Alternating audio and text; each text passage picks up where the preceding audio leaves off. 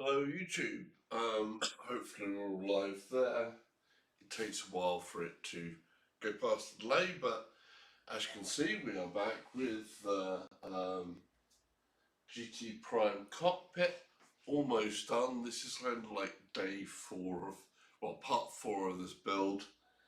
It took longer than I hoped, and I'm also completely and utterly tired and stuff, so yesterday I pretty much slept most of the day and didn't wake up until evening, and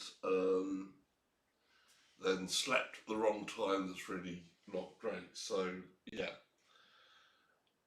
I was hoping to have had this done and finished a bit earlier. Right, and of course I was able to get this done in time for the main race of Ham VR's Friday Assetto course session, which if you're going to watch this back on a replay, there'll be an info thing up there somewhere that'll take you to Ham VR's Friday Assetto course competition thing. And tonight we've got Buck's session, so which will be in Assetto Corsa, which is a once monthly thing, so it's the first Sunday of every month, and we have a little bit of a nice social gathering. So if you haven't seen Buck's YouTube channel or that particular thing, then you need to go check that out. So why is it you can never find the link when I want one? I can never find the link when I want something. The Buck 3131 VR. Go find on YouTube, and then probably similarly, I will probably put a link to that in an info card. What am I looking for? There it is. So, Buck 3131 up there as well in the info card. I'll put some form of link to the Social Sunday type thing, which I'm unprepared for. I haven't done anything on the practice server. So there's a practice server you can sign up to for the competition part. You don't have to. It's a bit of fun, basically. That he did a competition server with a practice server, and he's got a load of Assetto Corsa servers that are like set up there and constantly online. So all good fun. We'll just have a laugh on some of those servers on the first Sunday of each month. So that's really cool. All the other shirts I've been wearing on this build have all been NASA shirts. We've got a different shirt on today, obviously. Which, if you let me take, there we go. There's the back of this shirt. Different thing. This is my continue shirt, because we've been doing much continuing from this. If you want like a continue shirt with this, which features some of the photography of Alex and Knight, who is a Twitter friend of mine. I actually have one of these prints up on the wall. You can see back there. He does some amazing cyberpunk-esque photography all around Tokyo, Japan, things like that. So he has some merch and obviously photos like that one. Like I say, that photo has particular meaning for me as well, because I was in Japan when that photo was taken. Which you've seen the studio tour, I think I tell you about that. Right. But we're going to get back to the on subject talk of the GT Omega Prime Cockpit, which, as you can see, is mostly built. We've just got to put the side portion up for the manual gear shifter and handbrake or whatever I want to put on there as well. From driving on Hamviar's thing on Friday, I would say I've got the stack a little bit too low, maybe 20 mil. I think is going to make a difference. So first things first, I actually want to raise this up by 20 mil. We're not going to worry about unwiring anything. So we're going to see how easy or how not easy this is to adjust.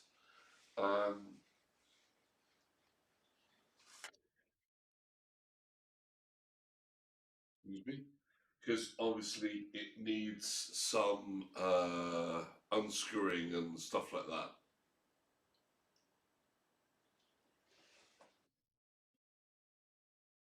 Let me see if I can do that with the drive still on there. First things first, I need to kind of make sure that I get, say, a measurement to figure it out. The way I'm going to do it is there is a bolt in the middle part here, same on this side, and then there's a bolt that side and that side.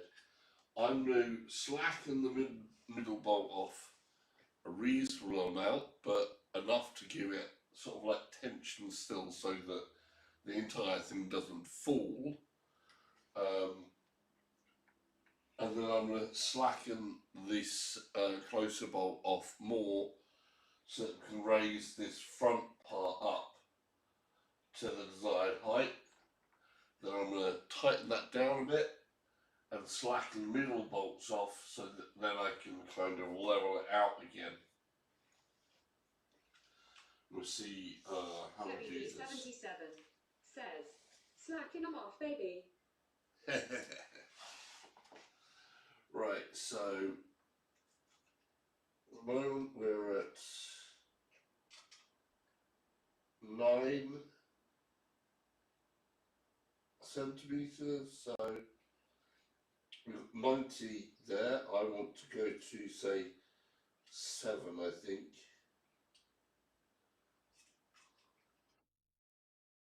Oh, 7.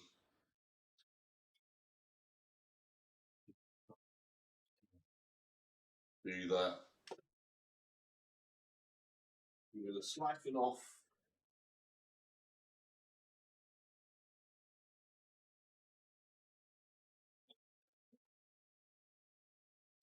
This one up a bit more.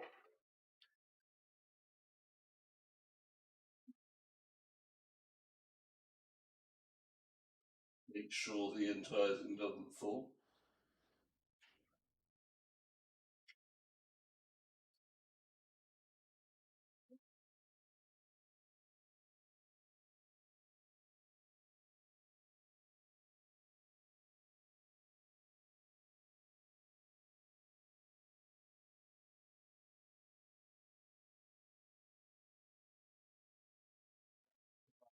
Right? Well, morning, Alan Key. There's an Alan Key. I really did.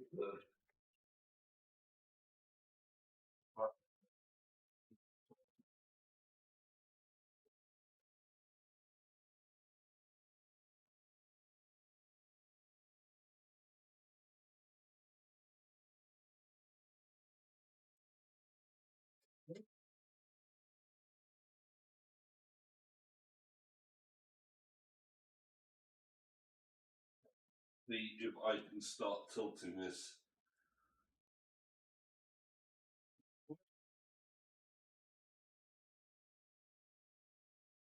So tilt that upwards, and I want to tilt that so this front leading edge is going to be 7 centimeters up.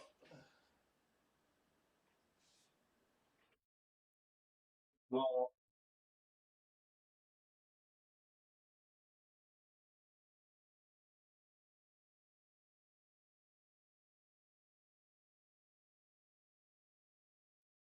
that way, because everything off with that, right? It does a bit.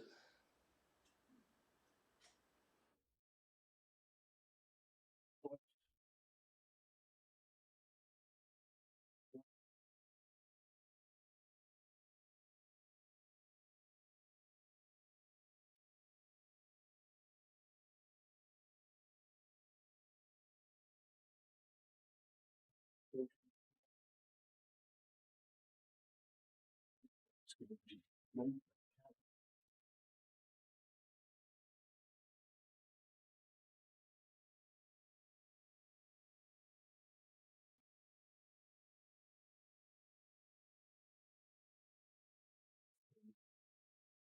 Oh,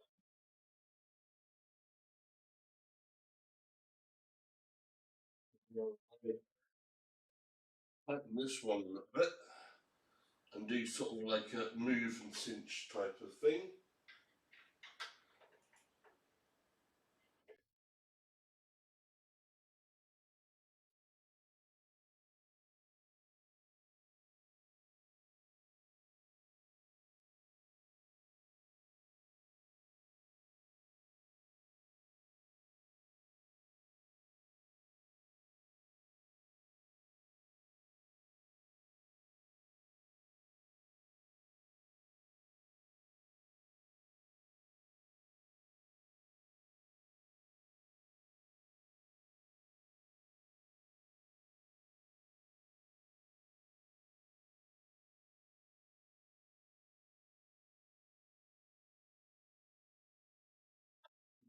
Want to pull that straight there.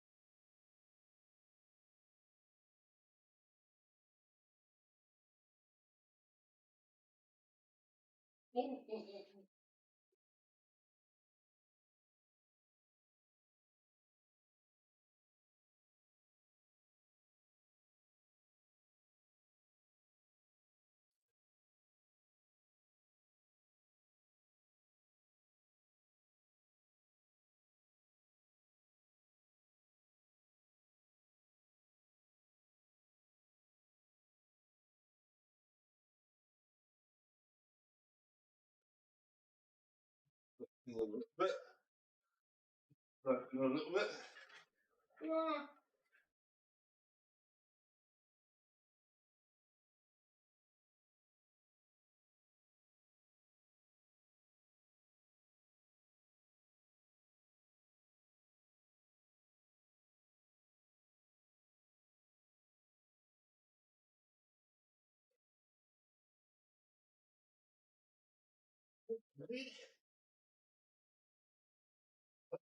It's forward a little bit here as well. I want it actually back where it was in relative position there. So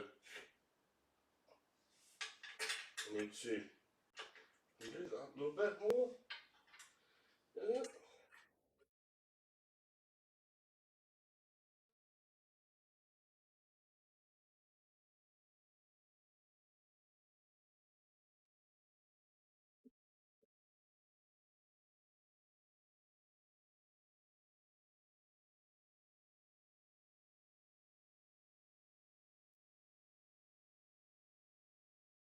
It's just dropped on me.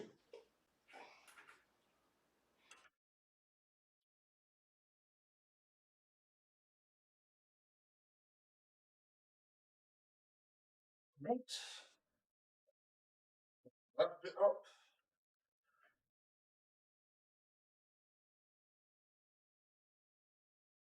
a bit. And tighten it up a bit.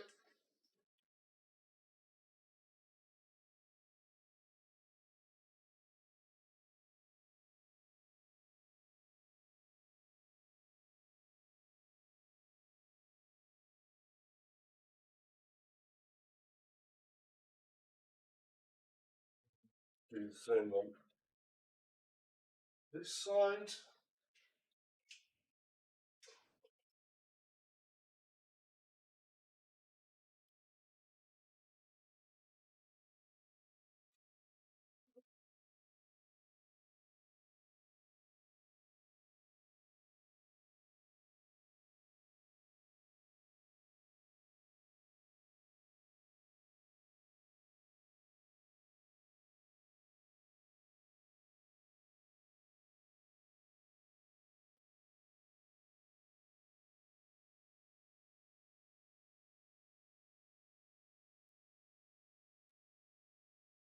That's about right.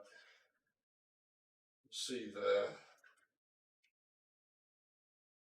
Would be helpful to two people, I think, so you could have just completely loosen both bolts a good bit, and the other person lift it up into place, and then you could just go right, okay,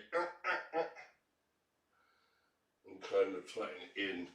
Cambiar says, Yo salsa. Hey Ham, how you doing?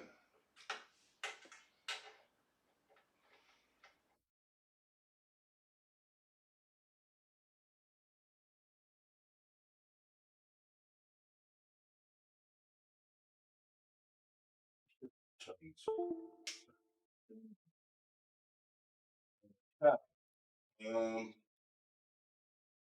WD77 says, all the homies are here now.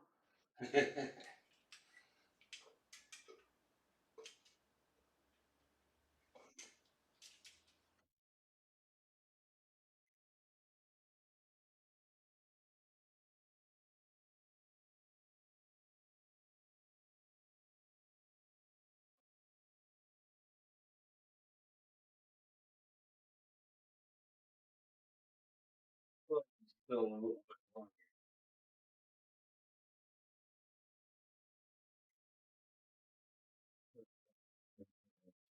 Too much. This side is still a little bit low. That's loosened off good and proper. That's loosened off good and proper. That's probably it. Says, Kevin77, Jedi track is scary as hell.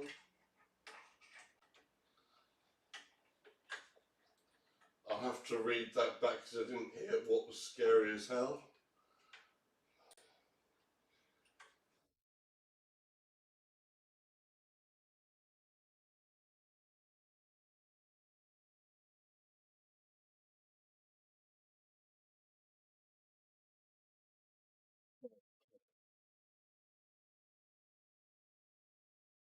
I have to note, when I first did this, you really do want to make sure these bolts here are actually done in pretty tight.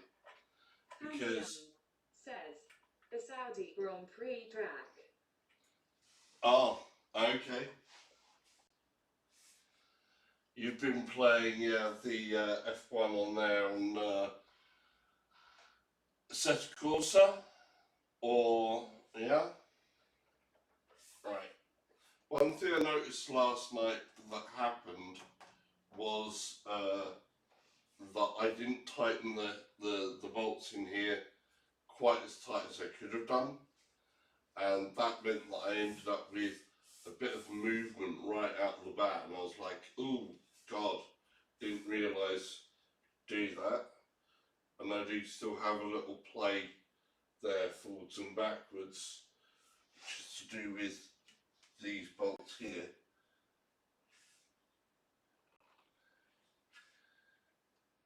Which will be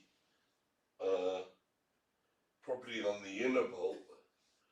So I could probably have done the inner bolts here with a little bit more force, but not too much more. It's a tiny bit of play.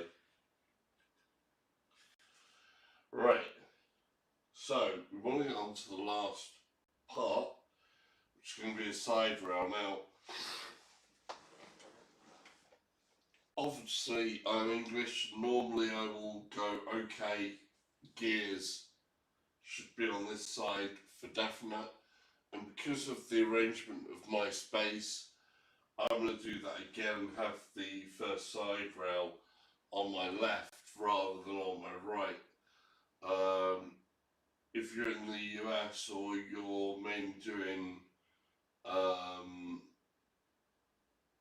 manual cars that have got a right shifter on the right, then great. But I'm so used to driving a left-hand manual that, you know, a right-hand drive car, having the shifter on the left, I'm going to do the full manual shifter on my left. So I'm going to put my crossbar across on this side of the rig. I'm going to find out what that's like in manual. Careful not to sit on some things here. Manual's down there.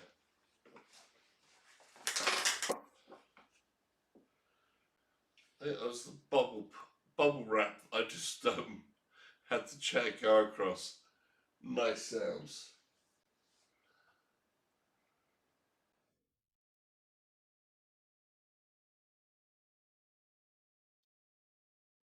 Okay. Gaming Legends says, my Apex seat extension is arriving tomorrow. Planning a visit next week to a scrapyard for a leather adjustable seat. Cool. That's one of the other ways you can go, of course, is these rigs go on to sliders. Basically, you know, you can mount whatever slider on there, and most car seats, racing chairs, whatever you like, have basically the same sort of configuration point, are usually about the same widths and measurements there. So if you have like a slider or whatever that can bolt on properly as you've seen, you can use, you know, real car seats in there. What do you think about the new PlayStation Fanatic wheel? How does it compare? The new PlayStation Fanatic wheel, well, that is basically the same. It's the same sort of drive as we have here, except for the front plate and the back plate on the GT Pro has like a circular design, and the button is a off-shaped one there, and there is an additional data port at the back, so I have an additional data port on the back of this, but obviously the drives are basically the same drives. So yeah, I think if you're comparing Fanatic to any other belt-driven wheel, you know, the belt-driven wheels that are on the PlayStation, just, you know, it stands heads above it, you know, shoulders and heads above it, in fact, for what it delivers. It's a whole different world of tactile thing there. Just the speed of the drives and everything else is such a pickup. The speed and precision of the drives is really incredible. I think they've done a really good price point on that package as well, because the GT ones at the moment, they come in basically with, I think the base one comes in with the base, which is this, a GT Sport, GT 7 wheel that's designed with polyphony. I think the wheel looks and probably is made from more plasticky materials than is typical of Fanatec, and whatever leather or stuff on there isn't as good as would normally be on a Fanatec rim. But at the price point, I think that works and is the right way for them to have approached it. It's also going to come, of course, with the CSL pedals with just 2 pedals, and it'll come with a table clamp in that whole package. I think that's really, really good. Excellent value for money.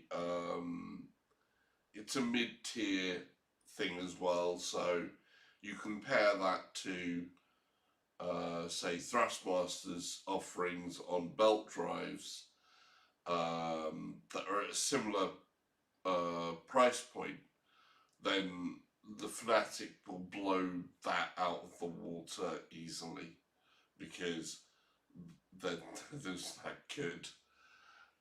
There's, you know, a direct drive is, they're just amazing. They are really, really amazing for that feel. It's not going to make you be faster, of course, but it will probably help you with consistency. Just overall, you'll probably find that you'll catch different things that you haven't caught before. You'll feel textures and different parts of the road surface and, you know, everything else that you wouldn't feel before. And it's a similar thing doing this with a more solid rig, that this being that solid helps me feel the sheer level of detail that is put into the force feedback of this type of wheel. Having that really solid base is going to help feel the detail a lot, which is why I've wanted to upgrade this rig. But lesser rigs and stands, they'll take the force of it well. You'll still feel a hell of a lot more on even on the you know, fold away stands or whatever from the direct drive than you will from a lesser belt drive. But yeah, they're just mind blowing that they've Does come the out. Game Cat says, are you only racing nowadays? At the moment, yeah. On off stream, it's been a bit difficult.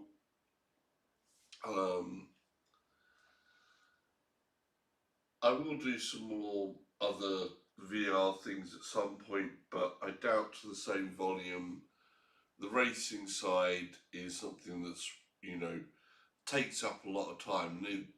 Doing content for multi-formats and the huge slog of games that are coming out and trying to keep up with all of the hardware means that, say, on the racing side, I would never have enough time.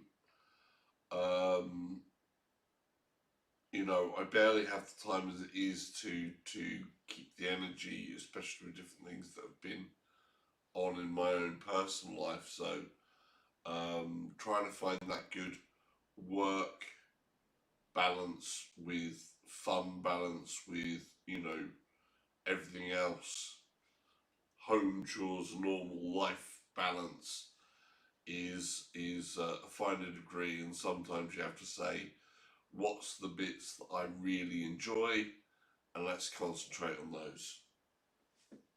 Does the Game Cat says, just wondering if you will jump into something else when a game like After the Fall comes out. I do want to try After the Fall. Yeah, now and again I may jump into something like that. Moss 2 is definitely one that's for spring will be on my radar to absolutely jump into day one. After the Fall, I've seen and gone, yeah, this is looking good, and everybody's reporting good things, I think, so far. So you know, it's something that I'll look to get into when I can, and different bits of health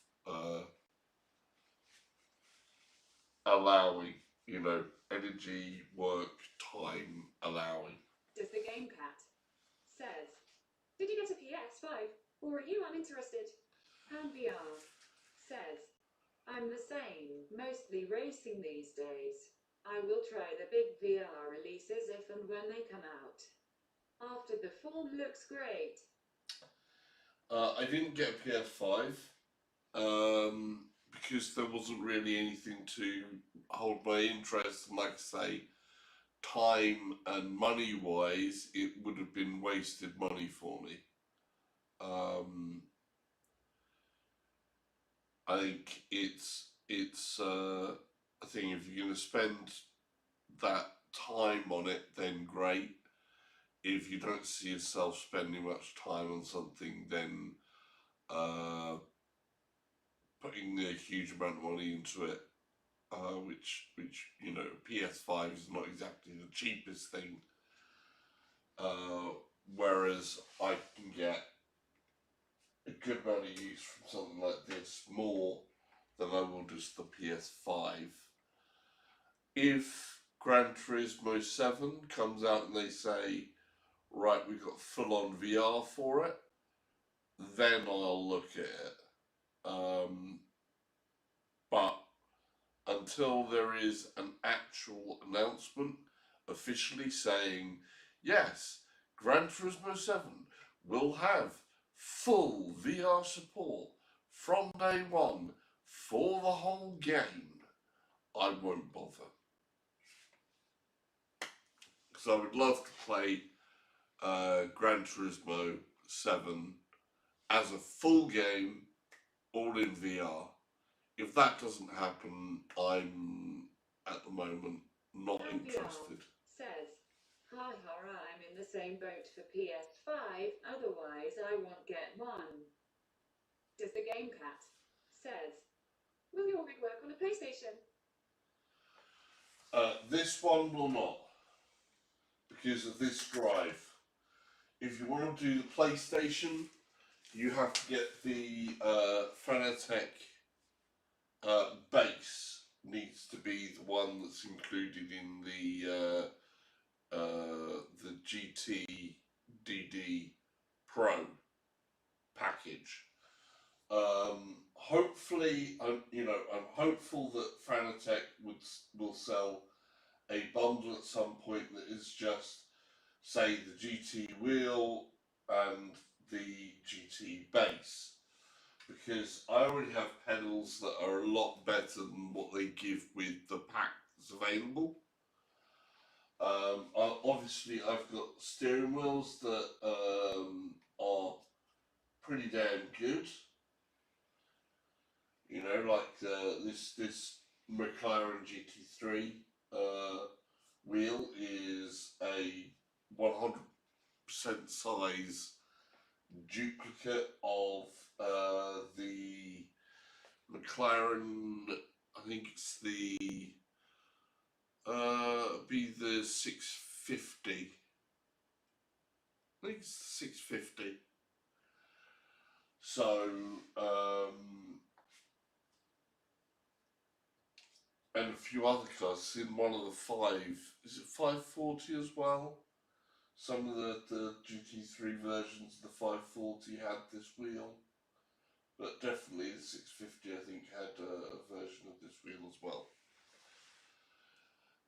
Possibly I don't know if a 720 had that. 720s have some slightly different button arrangements, but a very similar shape of wheel. But yeah, so unfortunately, PlayStation compatibility, this version of this drive is not PlayStation compatible. But I'd be able to just, if I can buy the PlayStation base version of this, yeah, I would, I can swap it out and still use all of my other gear and everything else with that. That's not a problem with the Fanatec ecosystem. I could just literally go, right, this bit here, I'm swapping that out, or I could buy the other PlayStation, the Fanatec F1 PlayStation podium.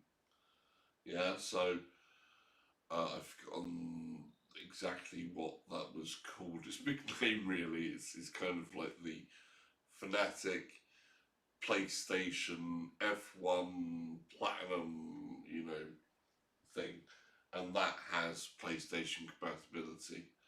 The way that works is there is a chip inside the bases which gives the PlayStation compatibility, and that's what you're basically playing for the licensing, and Fnatic are paying for Does the the game cat licensing there. sounds like an expensive conversion. No, not really, because as it happens, these drives are usually sold out everywhere, most places. Pre-orders and stuff like that. Arsenic and Clay about that. So they also keep their value very well. So I could probably go onto eBay at the moment, sell this drive for more money than I spent on buying it.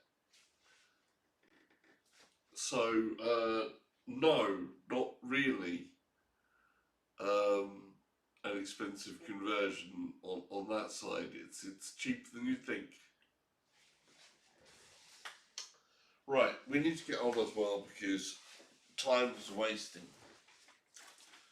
And I need to get this finished. So we are on the final kind of steps. We've got a pedal plate in. Now the building is bubble wrap getting done by wheels. Not as much fun as doing it with your hands. We are now on to this part here, part 10 in the build, and part 11 and 12 is just end caps. I've already put the feet on mine because I knew, me being by myself, that this is an incredibly heavy lump of metal. Then you had the equipment on top, and it really does weigh a lot. Which is why I've also got some slippy bottomed coasters underneath the feet so that I can move it around the space relatively easily. Right, so what do I need first of all? I need my cross beams, I need bolts and side pieces. So let's find everything that I need. Right. First bits first, this bit I do know already.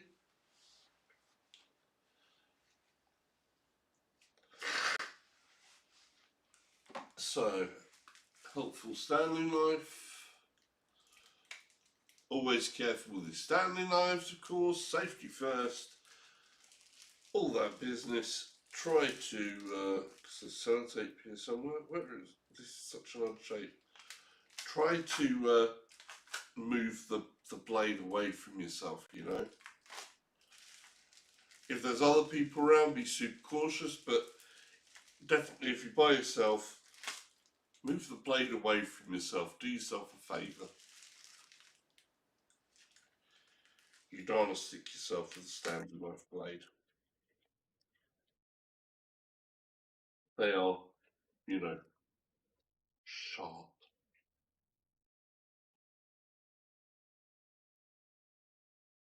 And in between things do retract them.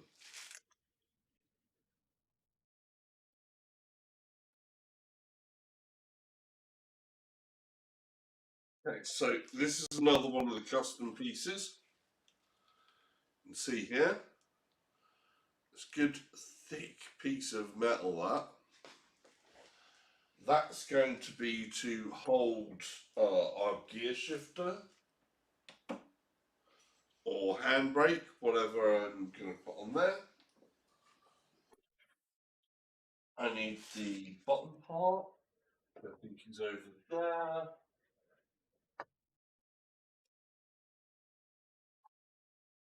I need these.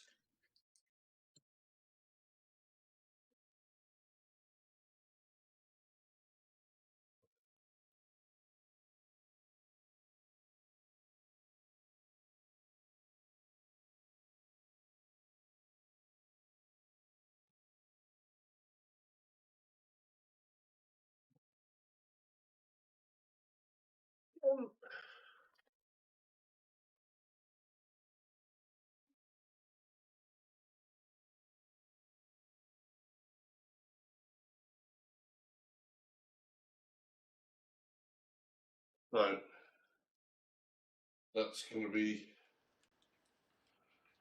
there. This bit is going to go Does the game cat run says, parallel. do you actually use the shifter or do you pedal shift mostly?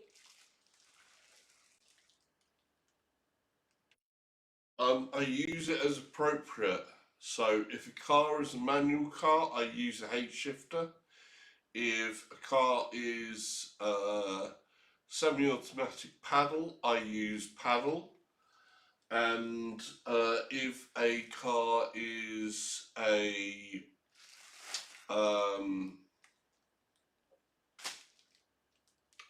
why can't I think the word for it? It's just I can't remember the name of. Why can't I remember the name of it? Help me out here. Somebody help me out. It's just gone out of my head there. So you got H pattern. Does the game cat says H pattern? No, H pattern full manual. You've got then pedal, and then you have one where you'll just put it towards you to go up gear and push away from you to go down gear. And I can't remember what that's called for some reason.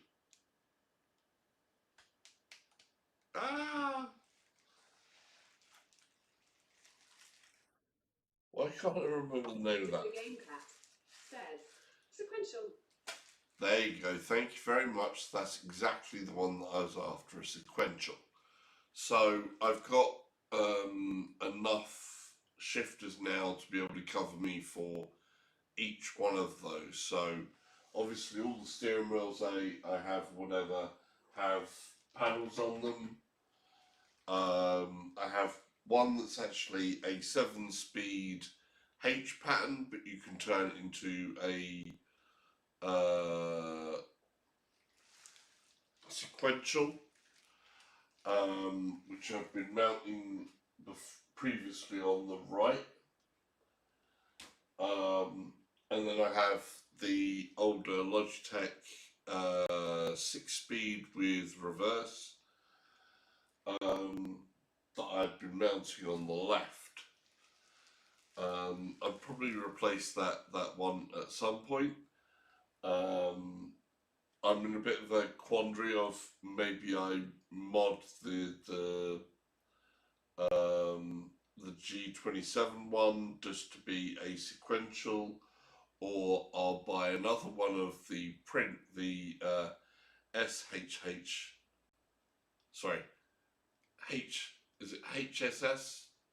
HSS printed gear shift, which was good and good value for money, or I'll look at doing something, getting something like crazy, like a quaffle. But if you want to see anything about shifters, good friend of the channel as well to go check out is VR Closet. We'll try and put a link to one of his videos and an info card maybe if I get past time and stuff, to one of his guide tours of his shifters. He's basically an expert on a shifter. I always make the joke that if you want to know about sim racing and shifters, he could actually have a museum full of the things, because his closet certainly is. Every single shifter that's basically on the market, I think he's pretty much tested.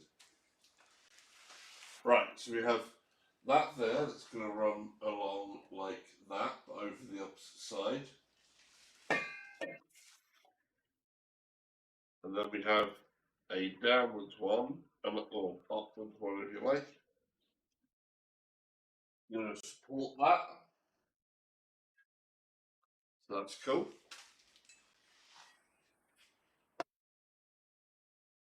We are going to need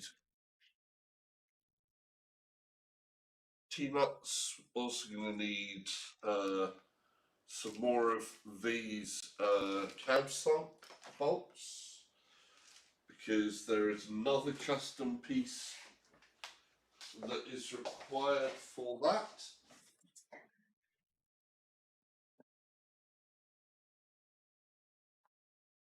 Then we have another custom piece of metal there. We'll put that down there so it doesn't get destroyed. So yeah, we got another custom piece there.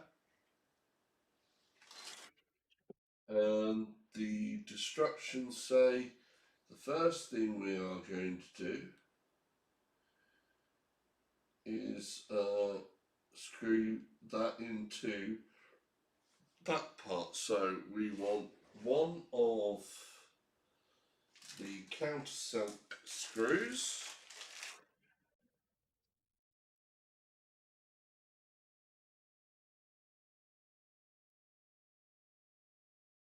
Like this one. Yeah. It's going to go in there. Then I need a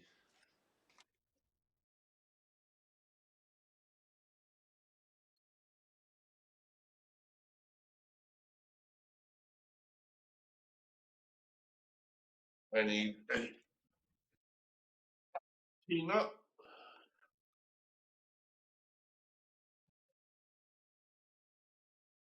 Obviously these T-nuts are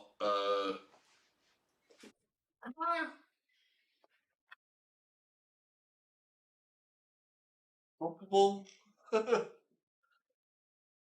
So this is a dome sprung T-nut. It's the leaf sprung ones, not the bearing sprung ones. I had a few problems with some of mine being cross threaded, so watch out for that. But it is what it is. As you can see, aluminium extrude. It's this one's a square one, and so it doesn't matter where I put this bolt in. And you've got a couple of ways of putting these bolts in, by the way. You can kind of line them up there and put it in from the end and drag it into place, or you can just sort of like plop it in like that. And you can see sometimes it gets a bit stuck, and you just can manipulate a bit with your hand. Spring, spring, spring, and it will spring into place kind of like that. And you can then drag it up and down as you need. Great thing about sprung ones is that it holds in place. So if you know where you need to put the bolt, you can just put it in place straight away, or you can put it in roughly the right place, find out exactly where the right place is later, and just push and maneuver it a bit, and it'll do the job. Right, I need this basically now to be flush on the end of this. So it's going to be a case of this bit goes in this way, So if I get the right size. No, is that the wrong size one for that? Okay.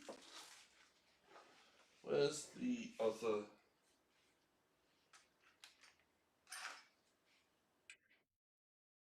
Ah. Okay, so make sure I'm screwed in nicely a little bit there. Just going to do this loose first of all,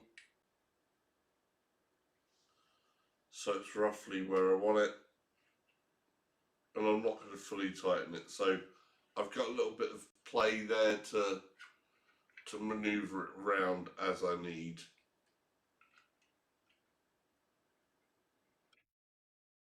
Okay, so that's one bit done. See, basically, we're going to have a couple of T-nuts again in there, and then it's going to go onto the row of what?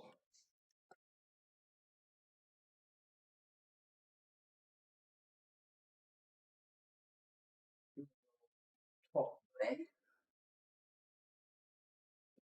Yeah, we're going to put it on the top rung. We're going to go with what they suggest. Now, this is the bit that I do have to remember what position this is going to be. I'm not having it on this side, I'm having it on the opposite side.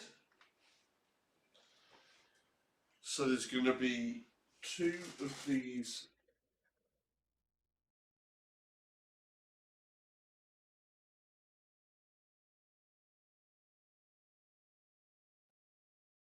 Going to be two of these angle brackets, which at the beginning of the build you would have, I would have said about there's some little ridges there, and you can see the ridges on that side. There are some of these brackets that come in here where those ridges have been removed for you, and they are only used on a particular part on the rig. So make sure that you don't mix up these ones that are ridged with the unridged, because you don't want to do that. And the reason for that is going through a channel. So with this, we're going to have one sitting basically, it's going to be that side, so it wants to be here and here. Yes. So I'm going to have two of these that are going to sit like that, and there's going to be this piece will fit in between the two and will be horizontal like that.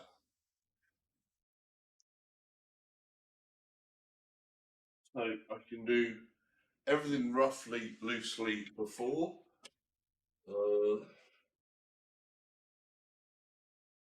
One of these in here.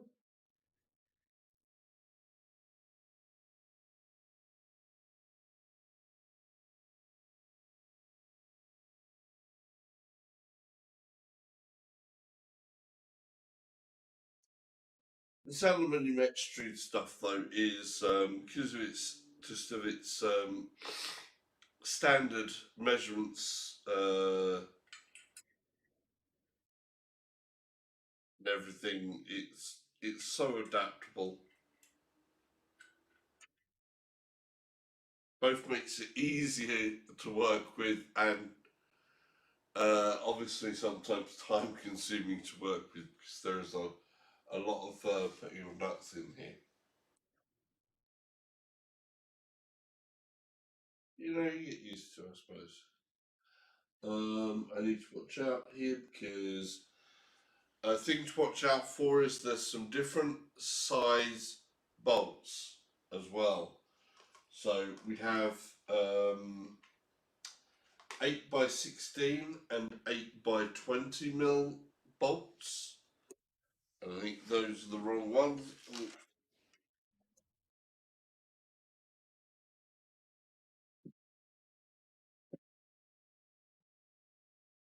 I need to make sure that I'm not using the wrong size of bolts. I think these two in here are my 8x20. So there we go. See, no, that's not the ones then. Where's? Okay, what the? Let's put that in a separate baggie. Do I still have that in a separate bag?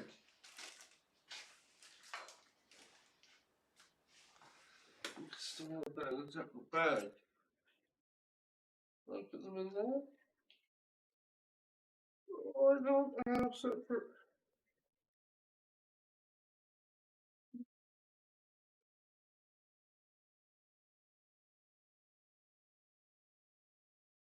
Well, these going to be the black ones.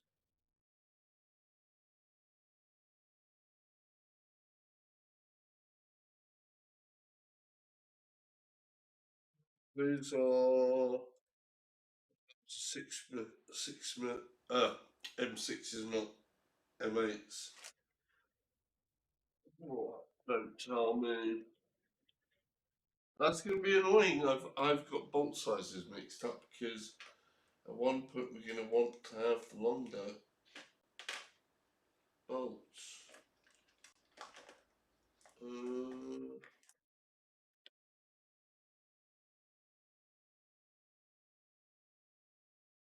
Bolts lined up.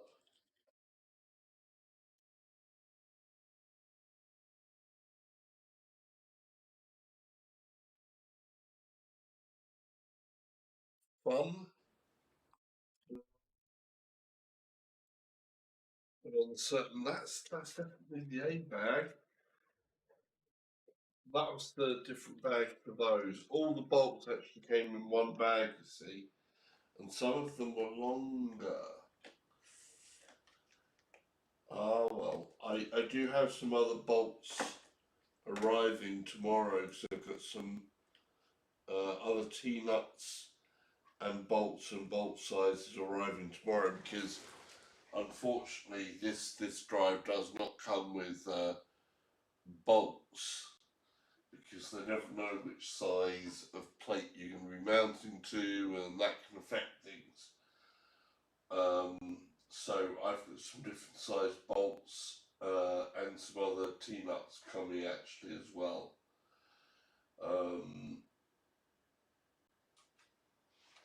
So hopefully that's not going to be too much of an issue, but nah, we'll see. We get on with what we got, and we'll find out shortly if I have messed up on some bolts somewhere, but I haven't detected a problem for myself in that yet.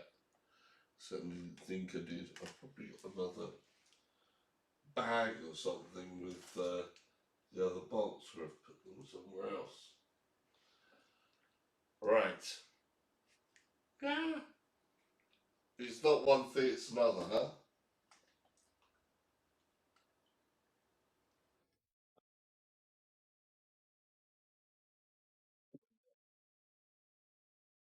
Got that there, that there.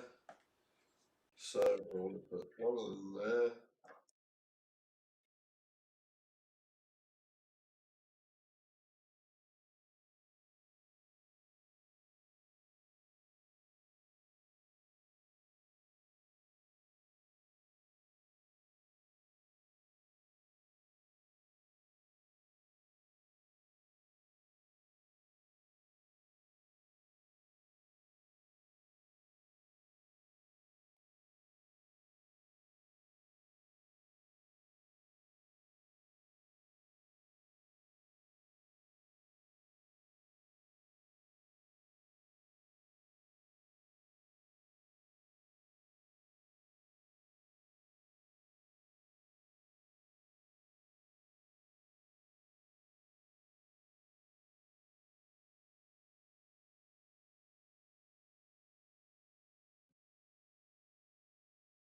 I know that I want this to be level with the top.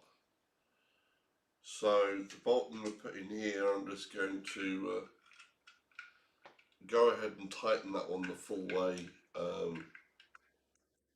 once I've got a bolt in there.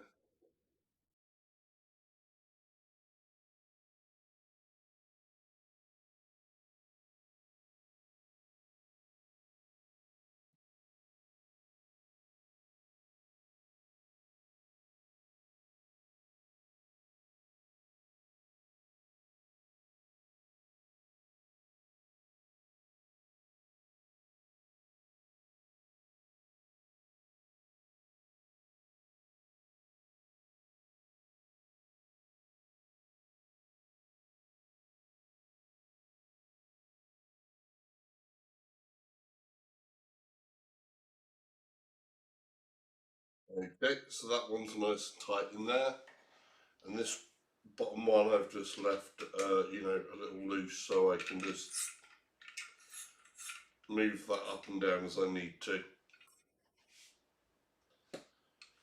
Alright, then we need to get this parallel bar done across, and what do we need for that? So I need, again, this bar is going to connect up to, well, that side part over there, and it's going to have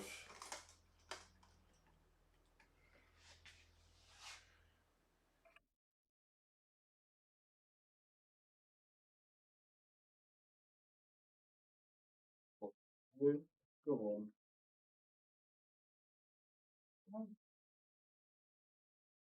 Little handy tip if you're having problems with the sprung T-nut, a slightly thinner Allen key helps with manoeuvring those into place as well. Another way you can manoeuvre the T-nuts around. And I need one of these.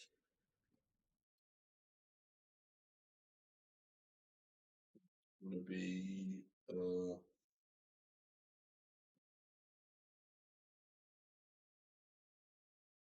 outwards of that.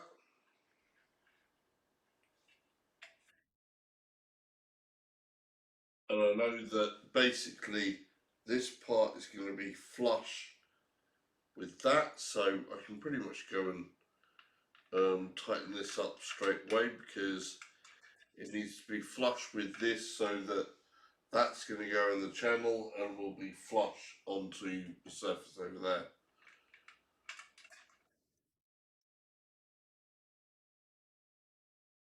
So I don't have to be too picky about with these ones doing it looser or not on these particular ones. I can just make sure that I get it right the first time.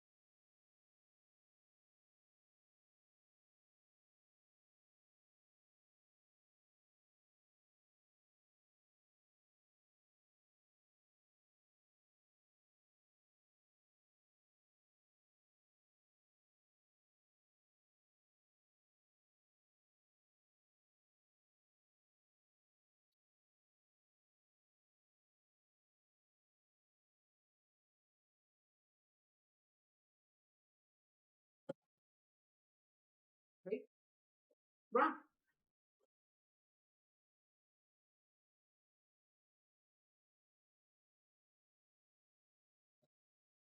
Another tube nut.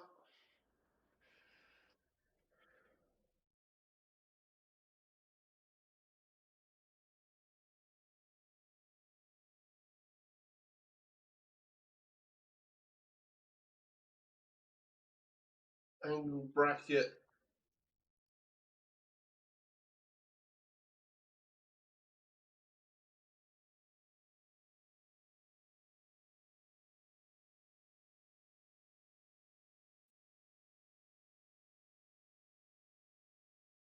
Oh,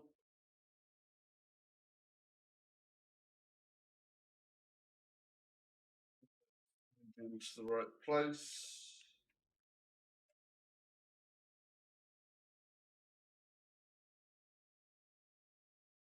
This is just lined up. Hold that in place, and I can just tighten this one down.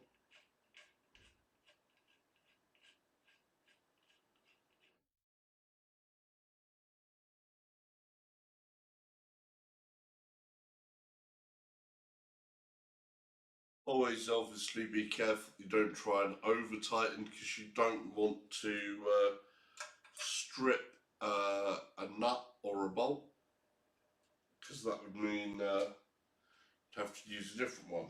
Right, so that's that bit. Then I need to have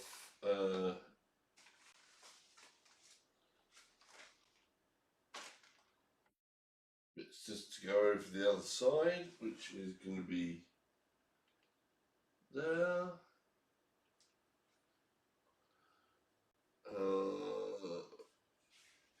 Right, let's grab that. Where is?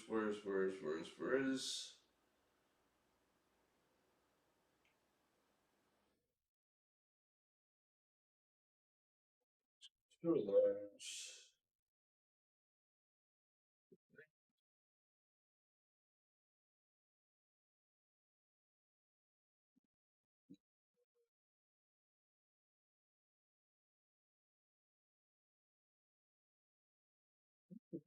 Those. Oh, okay, of course. They're on the other bit already.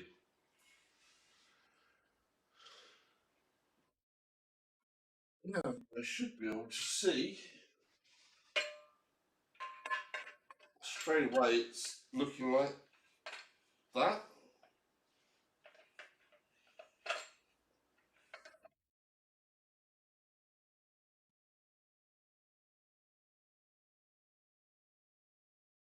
So put one of these down in here.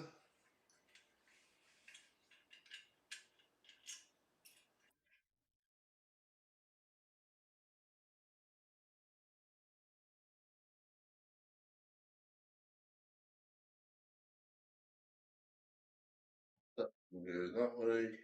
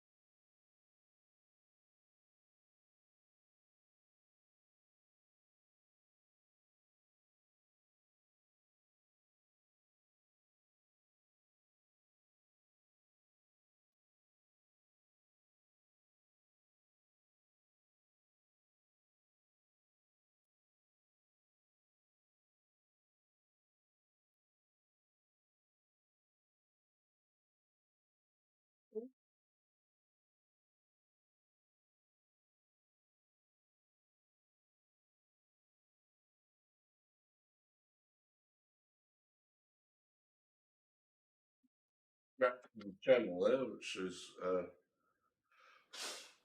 unfortunate. That's what these leaf sprung ones tend to do more than the bearing based ones. The bearing based ones, when you maneuver them around a bit, are less prone to leaving scratch, whereas that's now unfortunately me scratching a bit in there, but you're not going to see much of that.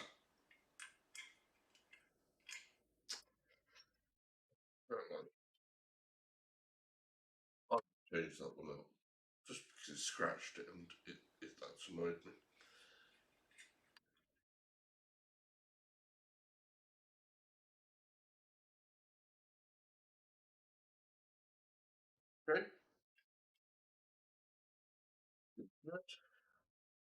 Well, there, well, there. Literally, that's going to drop into place there.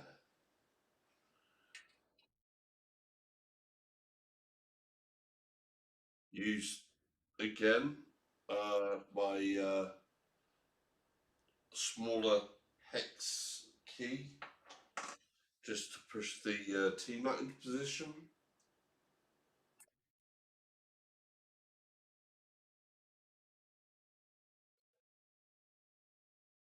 You normally with these want to make sure that the bolt is further out in the slot, so that where you've got a bolt here and a bolt there, if it's too far down in the slot, then you can end up with a problem of trying to tighten something up.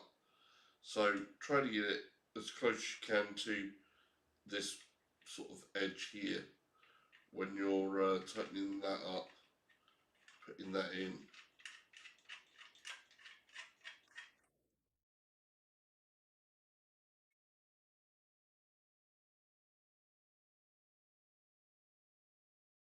Done that loose for the moment.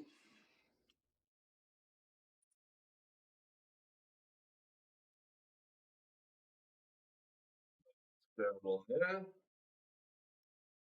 And again, I can use my little Allen key just to realign my T-nut a bit.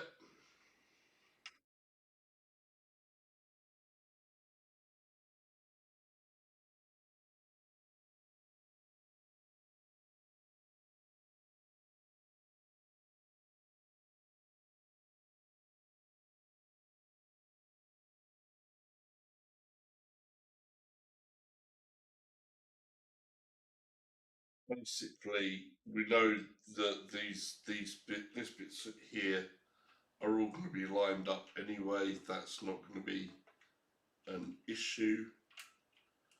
So I'm just going to go ahead and tighten these in anyway.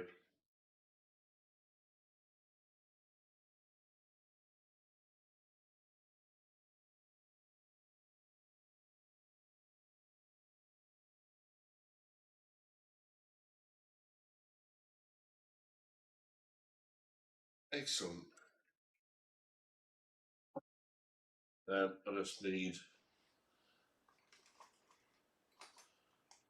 two of these T-nuts again and two bolts. I might as well just put it in a little pot. Screwdriver I need, and I need two countersunk screws that are around here somewhere. Ah, countersunk screws. There's three in the bag there, but we never need those, so I only need two of them.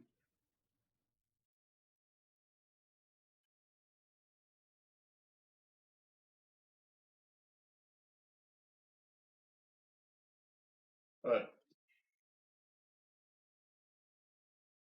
no need for that. That way. So let's do this. Aha.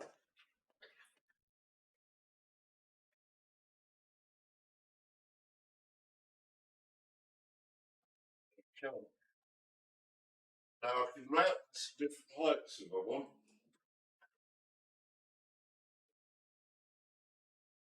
Really intended, I think, to be about that height. I could do a lower height if I wanted from the midpoint, or I can do from the top. I think I'm doing from the top. I believe the instruction manual there, they did it on the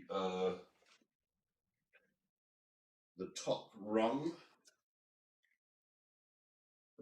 They do it on the top rung? Yeah, they do it on the top rung.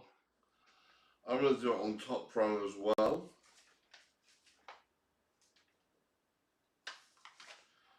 But I can always lower it or heighten it as I need to adjust for me. But it looks like a good place to have that. So team.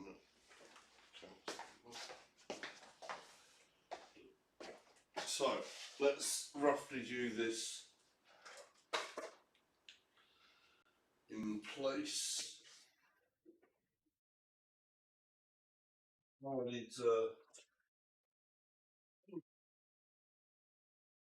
need another couple of tea nuts.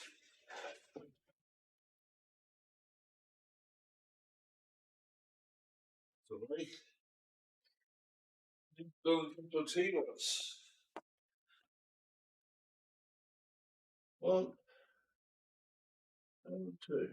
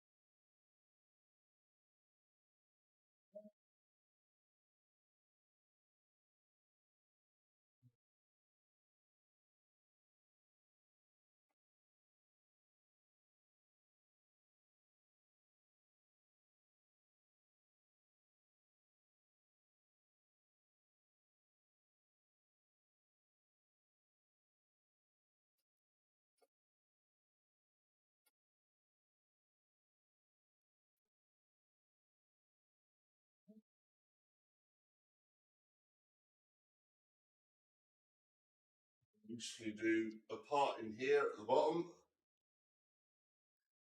Oh. I needed the other size of two sizes of key needed here. I messed up a bit there.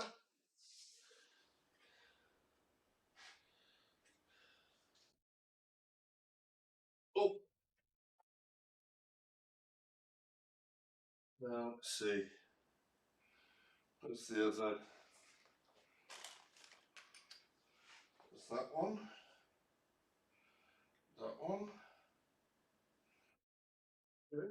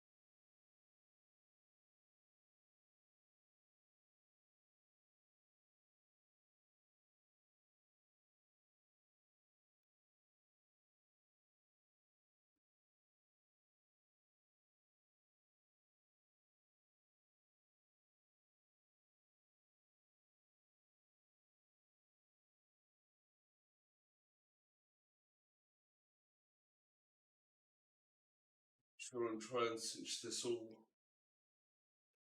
roughly into place.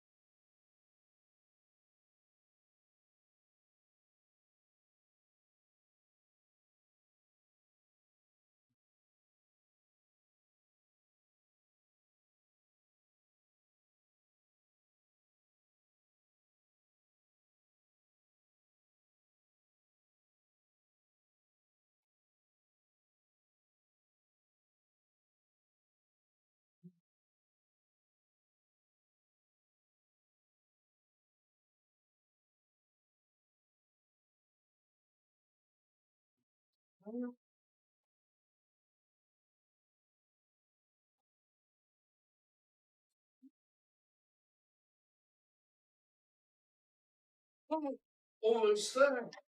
Wow.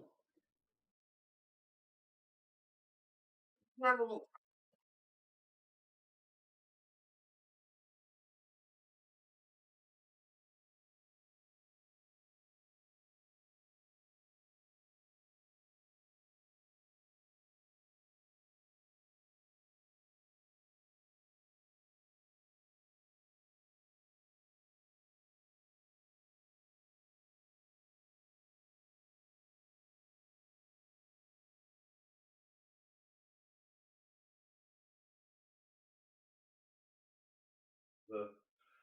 Let's look on off a launch.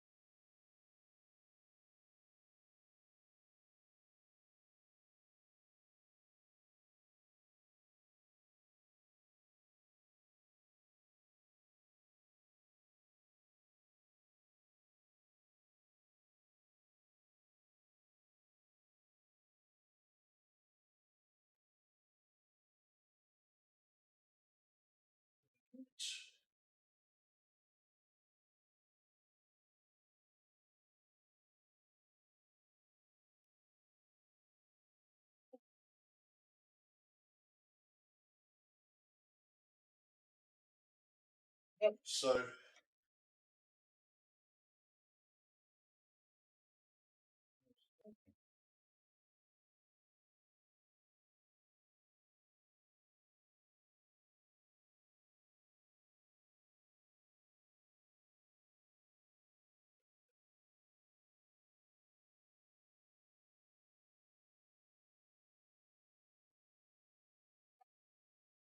yeah,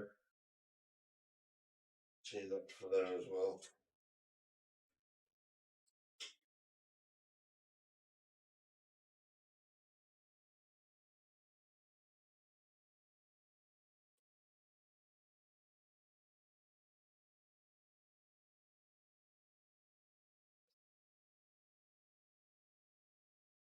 Okay.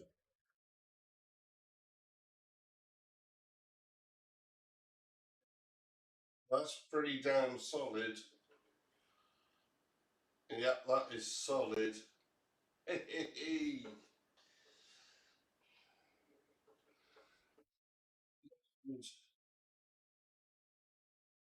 Next bit.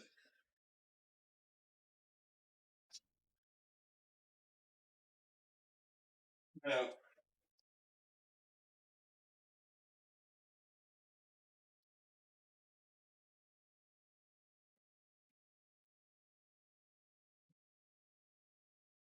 this next bit is where I may run into a tiny little bit of an issue. And I was saying about bolt size and lengths, where I couldn't find my extra long or my longer bolts. We've also got a bit of a problem with T-nuts, because one of my rounded T-nuts was defective in that it didn't have a clasp part. It wasn't too much of a problem, but it was better than some of the T-nut. This, this is an unsprung T-nut here that's actually meant for the phonetic base, but there was a bit of an issue on different parts there, so I used the one there. So we've got an unsprung one there that might want to go off on me somewhere, but we'll see about that. Basically, now we've just got this bit to put in. Just going to go along in a direction that way, I believe. Have a look.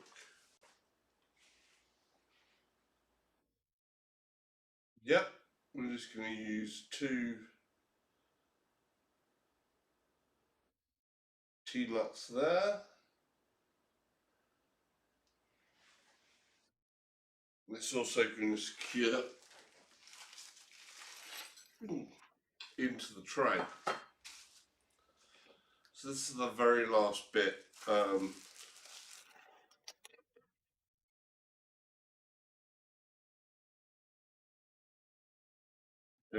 It'd be a shame not to do it on stream, especially after all the effort we've gone through. Which I know a lot of people are actually having their Sunday dinner at the moment, so not too many people watching at the moment. But have a look at this. This is the gear mount tray. That's a lot wider than I was expecting. I might actually be able to put both this, a gear mount, and a handbrake on this together. It should be good. That would be nice. She's got lots of different patterns of holes down the bottom. Well, some gear shifts do actually have to be side mounted or bottom mounted, or have other means of grabbing onto pieces.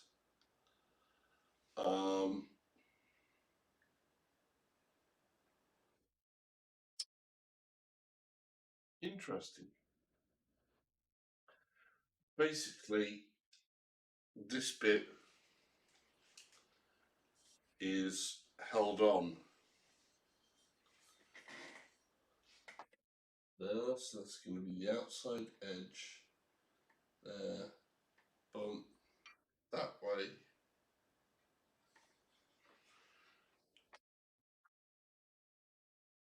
It's a thick bit of metal. This is actually a good bit thicker than the older mount. Let me grab.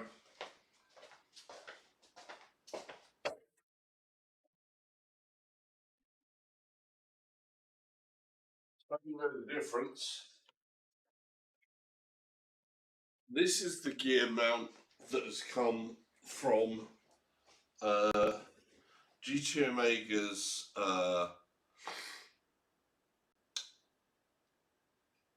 other foldaway stands. So this is like on both their standard one and the Alpha. So this is a gear mount stand from an Alpha, and this is the gear mount stand from the Prime. It's a good bit of weight difference. There's a good bit of size difference.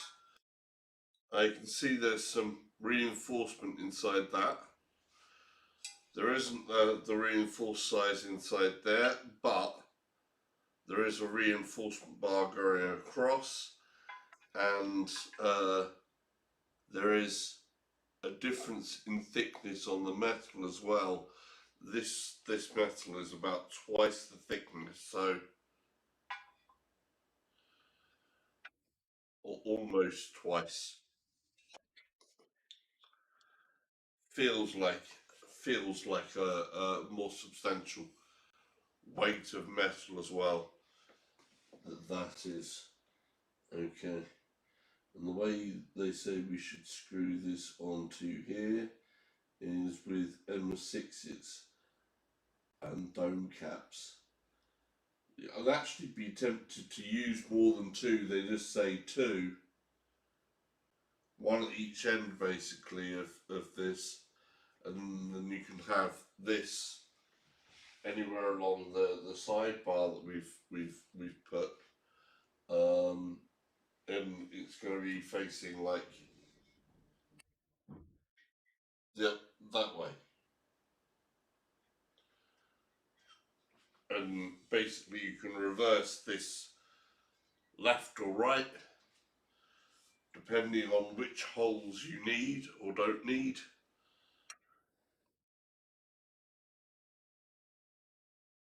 So interesting.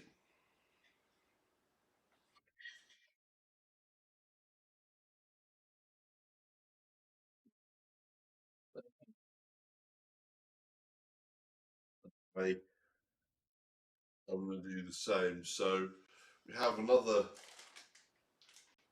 bag that is filled with bolts and bits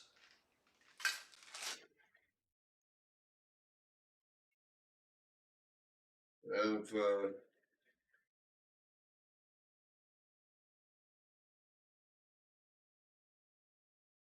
M6 dome cap.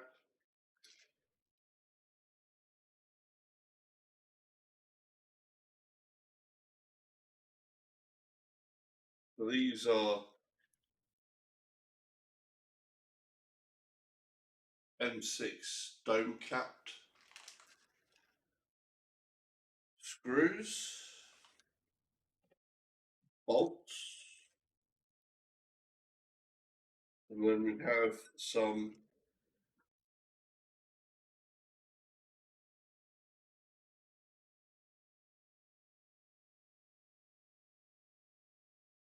grip bolts. The greatest banana 12 says, fancy. Hey, greatest banana. Yeah, it's looking pretty good. Almost there. Do we have any spare of those?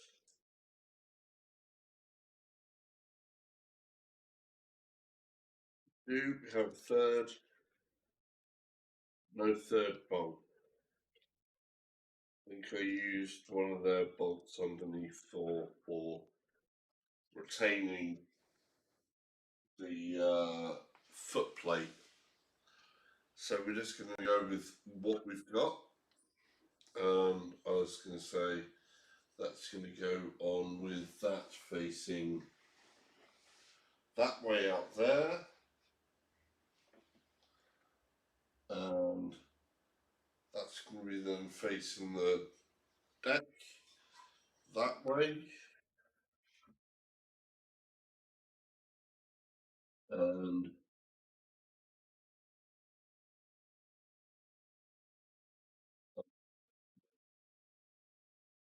screws down in there. I think I would prefer, instead of M6, I would prefer M8s, because these holes are The obviously greatest banana 12 M8 size. expensive jigsaw puzzle at the moment. Yeah, somewhat. Considering this is part 4, it's taken me a lot longer than I would hope. But there's only me working on it. Yeah, I'm going to say this. I think I would have preferred them to have given us. No, there's not much place there. I think an M8 would still go through there. I'm just going to test that out for theory. Would an M8 fit through these holes? No, it wouldn't. So M6 it is. They've made it just so there's a little bit of wiggle there. Not much play. I would probably, instead of the two, they say one at this end, one at this end, probably want to add another screw or more in there. We'll see how it plays out.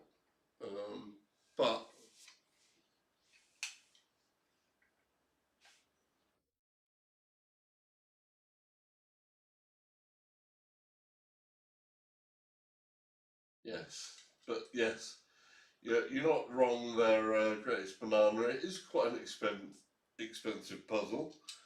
Though their instructions are a lot more clearer than a lot more puzzles. But you do have options of where you want to put things as well. So that's kind of cool.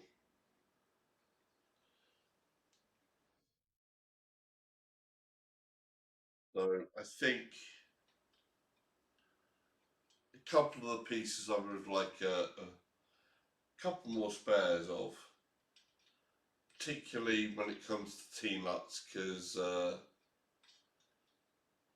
those are off, and the longer bolts, because I seem to be missing a longer bolt somewhere. I'm sure I did have enough of the longer bolts, but yes.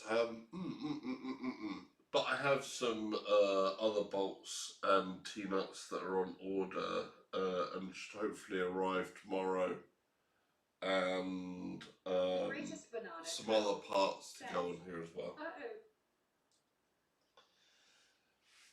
Yeah.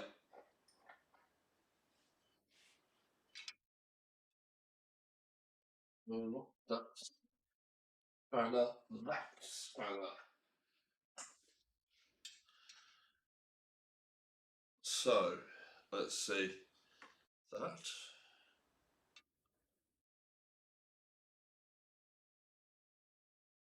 Make sure that's in good and tight.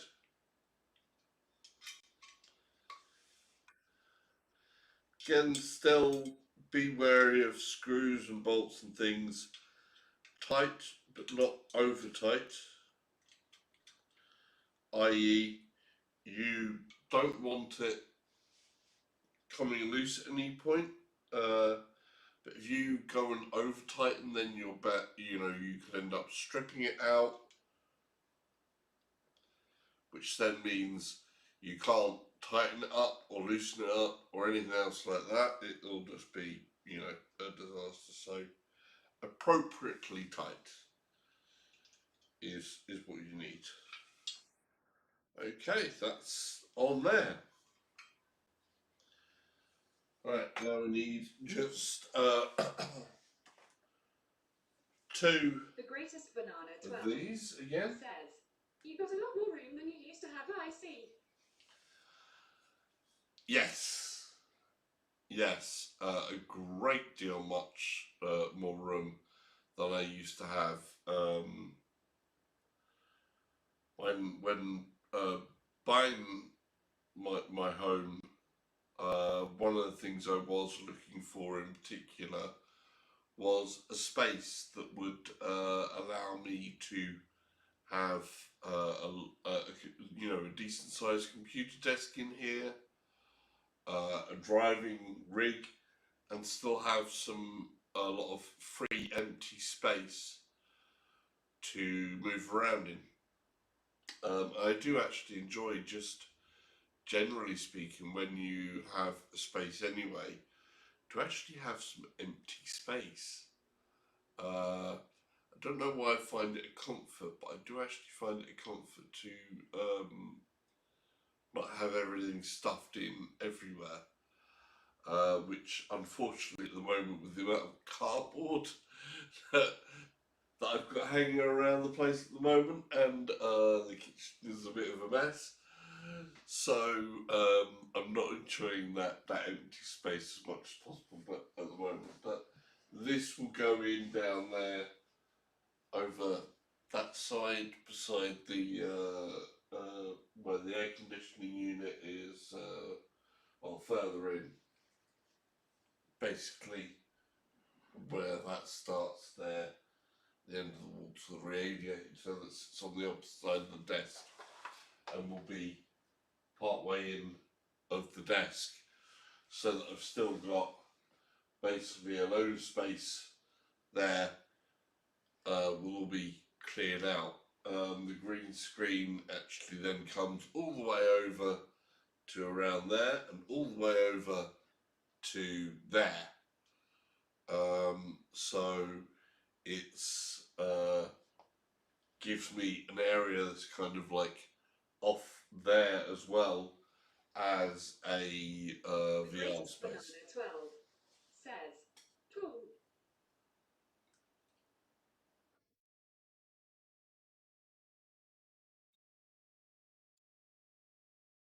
So yeah, it was very much a thing of finding the right sort of place for me that I could afford. If you go over onto my YouTube as well, you can see the studio guide that I did um, earlier in the week. Those watching back on YouTube, I'll maybe put another info link up there somewhere for the playback on that.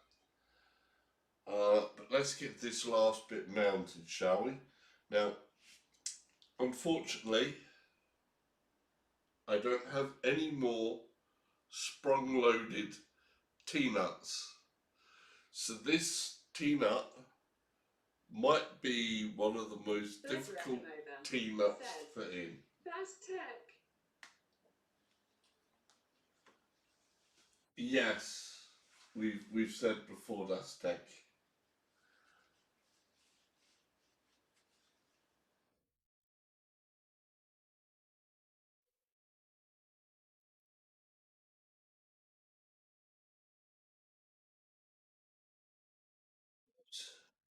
So I have no more sprung T-nuts because one of the sprung T-nuts that come with the kit, unfortunately, the leaf had sprung from the nut. I actually used that in with the drive because it actually has more thread than the T-nuts that come with the drive. The T-nut that comes with the drive is unsprung. So I may not be able to completely put this on. We'll have a look. We'll have a look, see, and if not, that's going to be a bit of a bugger.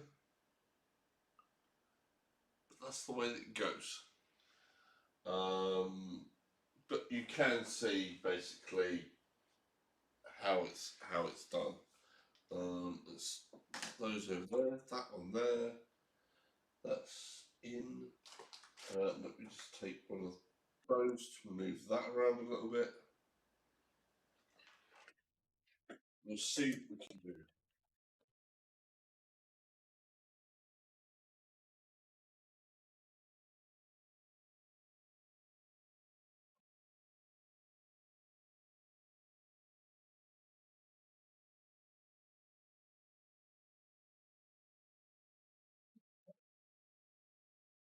So, it's not what's previous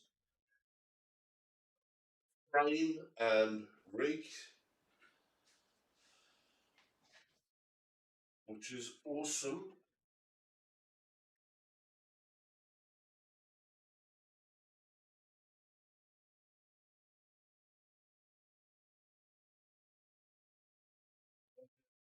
In here.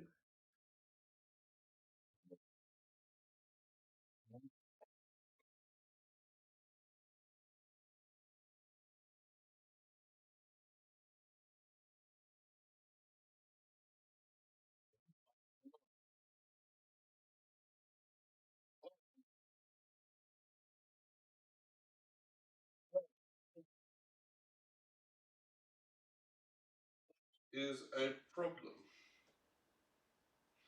But I think I see a solution. This is going to be a quick fix. It's going to be a naughty one, really.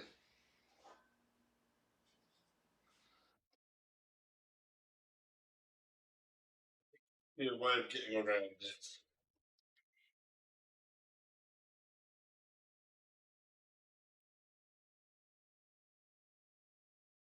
I think I see a way of getting around this problem.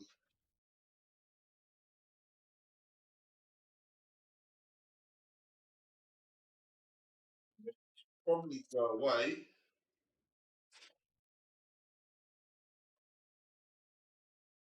You'll see somewhere where I could take a normal one of the sprung T-nuts out with relative ease, I think, and replace it with this one,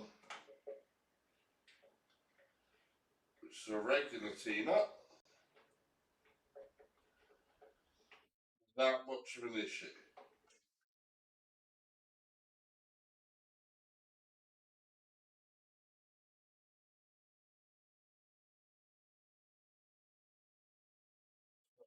Advantages and disadvantages of regular T-nuts and sprung T-nuts. Sprung ones, obviously, you can at any point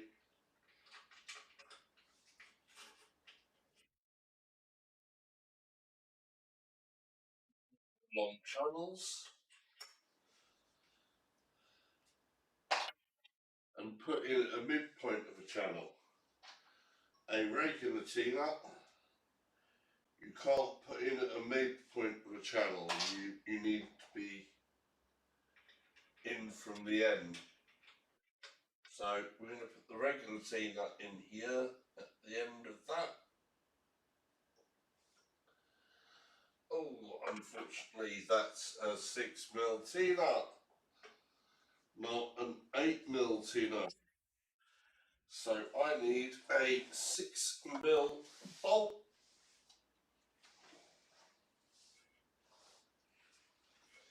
Which I just happen to know I have a 6mm bolt. Ah. You were saying about that jigsaw puzzle bit. So I know that I have a 6mm bolt in here.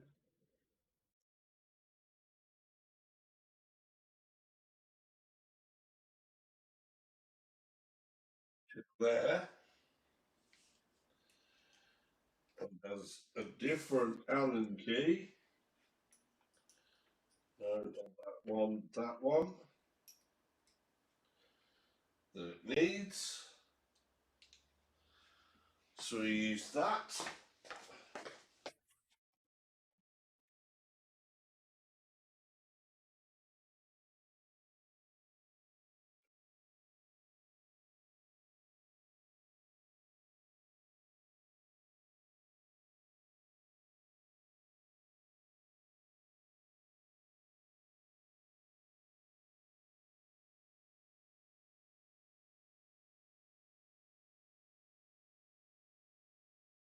I use this replacement one just until I can get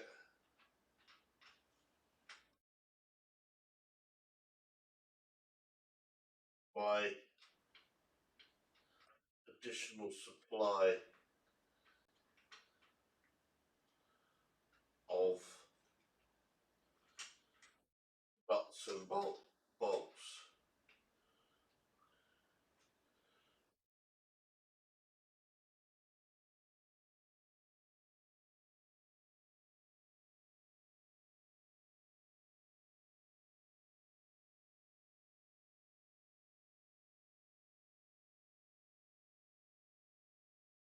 Okay.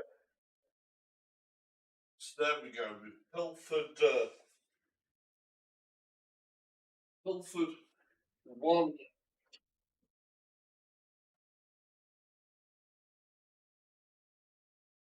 pilfered one of the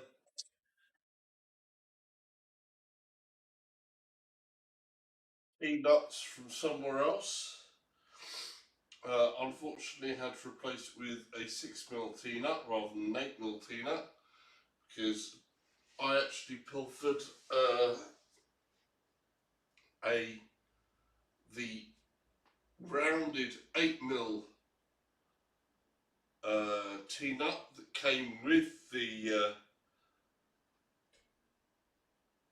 actual rig and used it as the central screw in here with the drive. Simply because the holes in the base are 8mm and I just wanted to make sure it was nice and securely on there, so I'm going to replace the T-nuts that came with this drive with 8mm T-nuts and use 8mm bolts just to make absolute extra certain that I don't get any play from the motor at all, so that it's absolutely 0% chance of it moving due to there being any play available between the drive and the mounting plate and the bolts. So don't want that interaction basically. But we have a means to finish this off on stream. So there we go. That's what that's about. So yeah.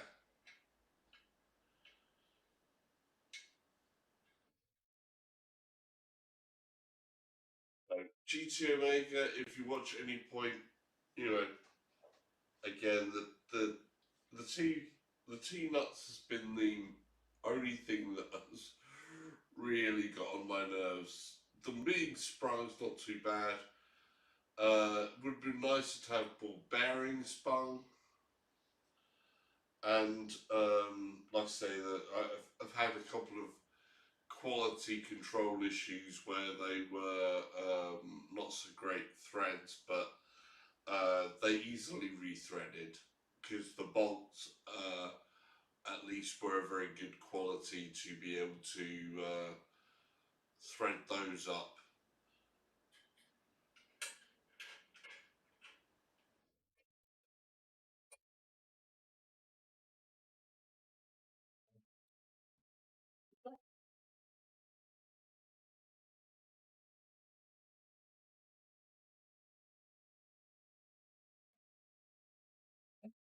Let's see.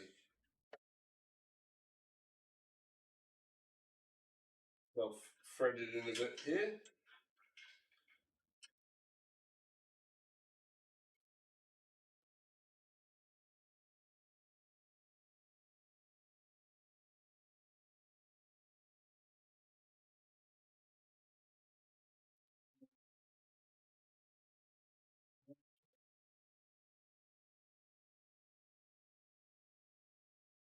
No. This is where I needed the longer bolts. You can see there's only a certain amount there, free. And I can't seem to find where my longer bolts have gone. I should have another two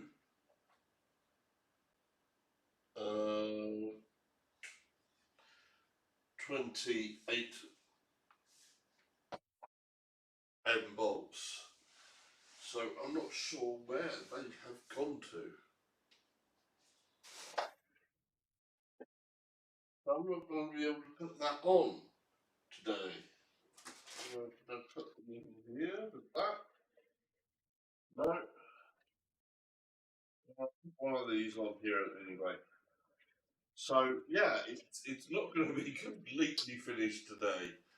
I'm going to have to wait for the other bolts to come tomorrow. So I've got some more bolts coming tomorrow, hopefully. I've got some, let me see, M8s for 10mm, 20mm, and 30mm, I think. I think 30mm is the furthest, might be 40mm. So 10mm, 20mm, 30mm. I think 30, I'm not sure if 30 or 40mm as well, but the 40s would be too much. The 20s and the 30s should be better. The 30s should be the best actually, because that would give me, I definitely think would give enough leeway in here. But you can see where this should be mounted and can be adjusted up or down a bit, or angled even, and you can move it wherever I want along that sort of way. And I can put shifters on that, which I will do at some point soon. But for now, it's made. It's basically made. We do have some other plastic caps for different endpoints, like over these ends here, just to give it, you know, that finished look, and to help put a rounded edge to things.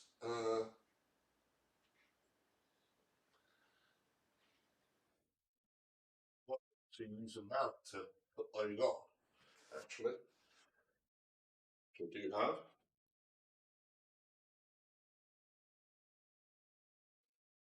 To, you know, make sure that you've got no metal bits that are left exposed for you just to run your skin across and suddenly scrape yourself. So these are good. I do have to say, I'm noticing that this one, the end caps on this one, was a little bit difficult to put on and doesn't quite want to go on.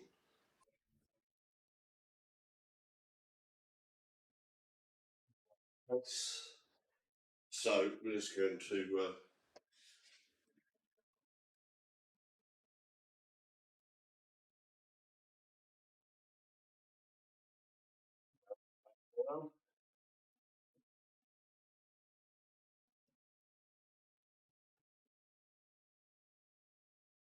nice rubber mallet, all good.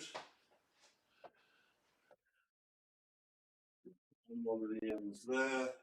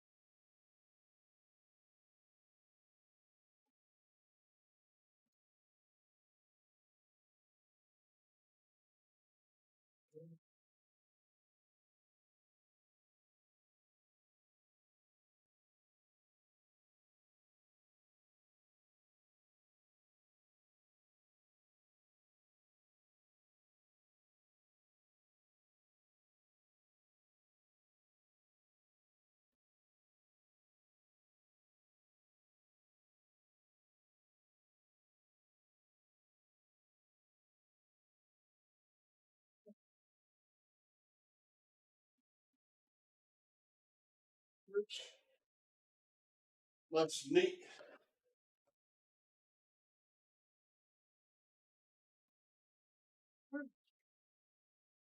Now I do have ones for the very bottom part there as well, which for me this is going to be all the way over there, so I don't know if I'll bother with those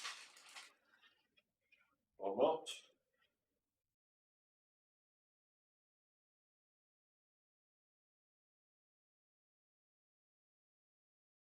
There's a couple here as well, like these square ones that will do.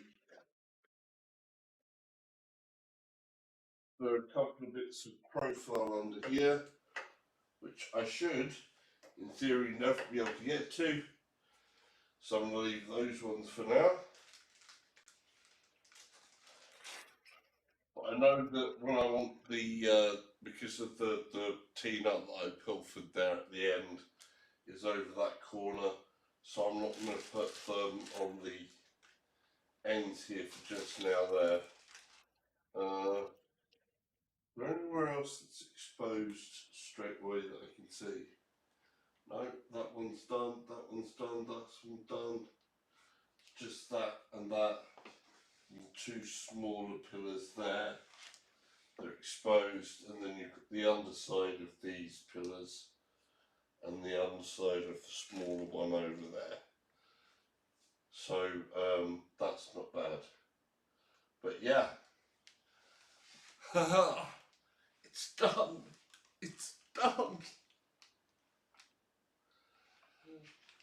Oh boy. Shame I can't mount the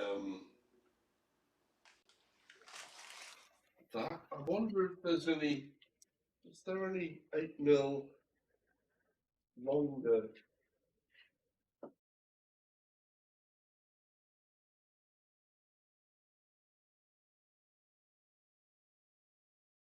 Hmm. Yeah.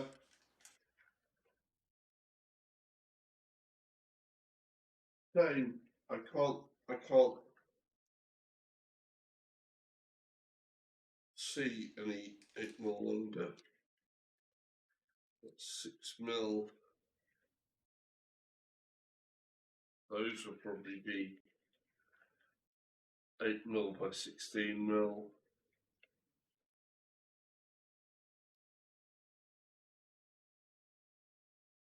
Those there, mate?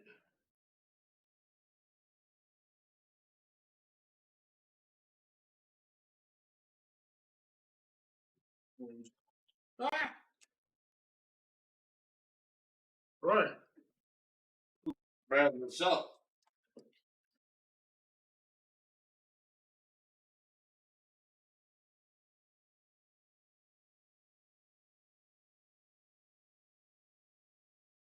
Okay. So there we have it, ladies and gentlemen.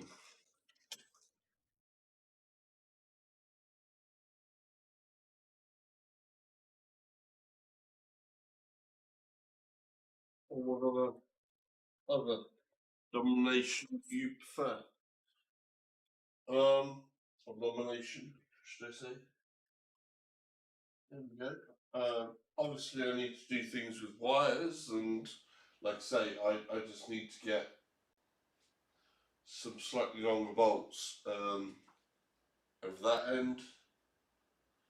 There's different caps that have been included, different bits there. I believe I've got another bag here with caps that go over some of the triangle parts here as well. It's around here somewhere, but I'm not too bothered about that for the moment.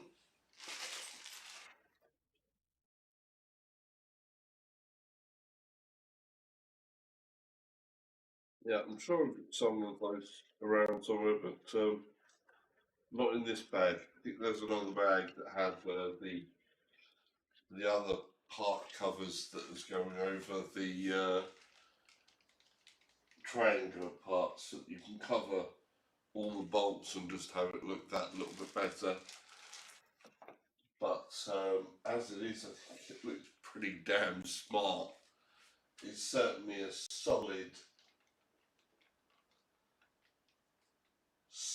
beast in those terms. It's the TS. Oh wow! So conclusions, yeah, it's harder to build than I'd hoped, or it's taken me longer.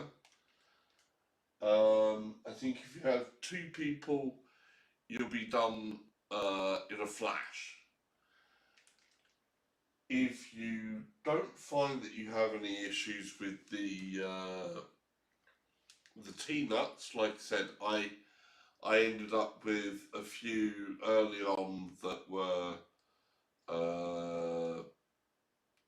needed to be redone a bit, so that cost me some time in just making sure and rethreading T-nuts. The rest of it is not overly complicated, but would be a lot easier with two people. The one big thing, of course, was also the chair, mounting this chair. This is the XL size chair, so it's got a longer plate there. Basically, it's bigger all around this chair, so there wasn't enough room clearance wise on the sliders, and in fact one of my sliders was stuck, so it wouldn't go the full way back, so I couldn't get to as good a access to the screw holes in the slider. If you have one of the smaller chairs like the RS6 or the RS9, you shouldn't have so much of a problem. But that's of course if your rails don't stick. But you know, get the rails moving independently. Some WD-40, some grease, re-grease it all up, and get those sliders moving so they move all the way back and all the way forwards, and putting the chair on shouldn't be too much bother. You may have to sort of like at the edge of the chair be careful and just squeeze down a little bit depending on what chair you've got. So I think something could be done there in terms of the rail mounts that come with the seats, in that it would be good if there was an oversized rail mount, especially if you get as I have the XL seat, just so that you to give you that little bit of ease, because that was a particular pain in the backside on the build.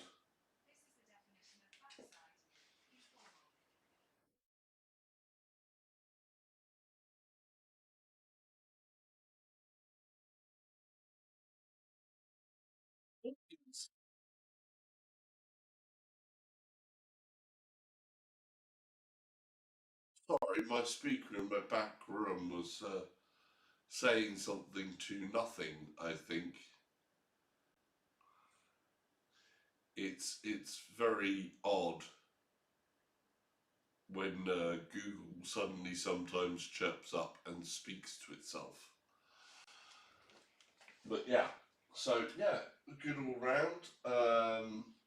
From the experience I had on Friday night, having the extra solidity here as a build really has helped a little bit in feeling the sharpness, the precision of the direct drive. Certainly, it really does feel it. I did obviously straight away have to adjust this plate up more, which again, making adjustments not as easy as it may be on some other rigs or stands, but certainly really quite straightforward because, you know, in the case of this bit, 4 bolts, loosen them up, jiggle around a bit, tighten them in. Again, any work or maintenance or jiggling around to kind of like get the positions of things right Gaming legend would be easier with 2 people. Don't forget to install a cup holder. The cup holder hasn't arrived yet. It's on its way. Cup holder is on its way. As like I said, I haven't unfortunately been able to actually attach the gear shifter because of a bolt issue. I've apparently mislaid the 20mm M8, 2 of them somewhere. I must have accidentally used in the build earlier. I only use one of these tubbies for everything else that's come with this. So that's a bit of a shame. Of course, one of the things about aluminium profile, as I said previously, was there's lots of extras you can do with this, and not always necessarily from the main company that you buy your aluminium extrude kit from. I mean, you can do a home build of aluminium kits as well. Lots of people do.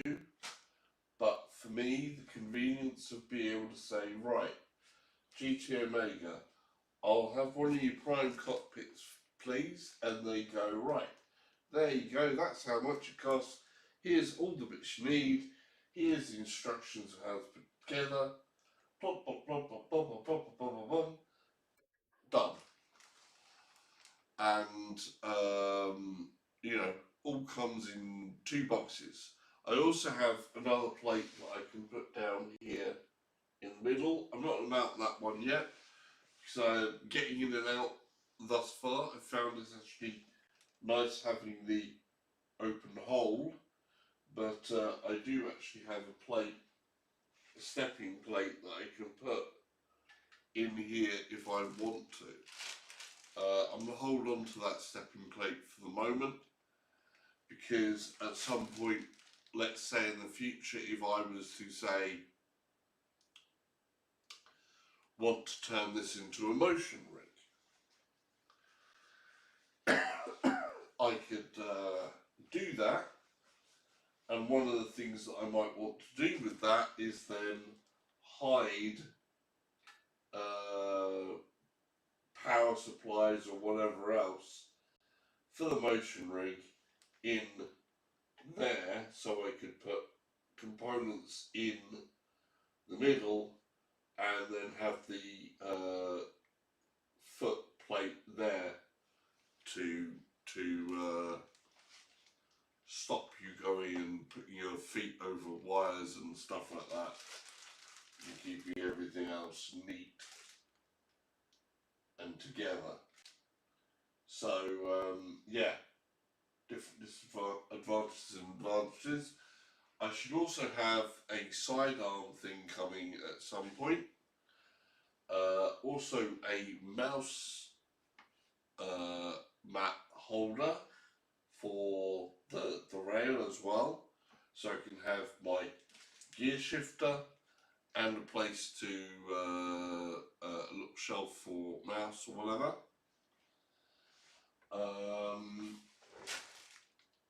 Button box. Where's the button box? Where did I put the button box? Button box.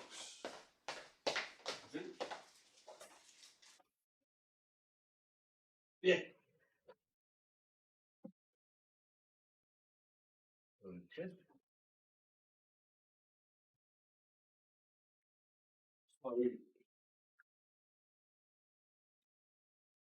So I'll have another arm or something else like that for things like this, so I can have a button box attached in. You can get like other arms or whatever, and attach in a nice button box.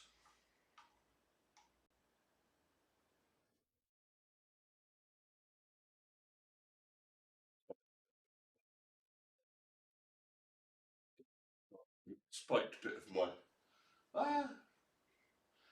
So I can have things like that. I could have other holders for keyboard, and I've ordered also a shelf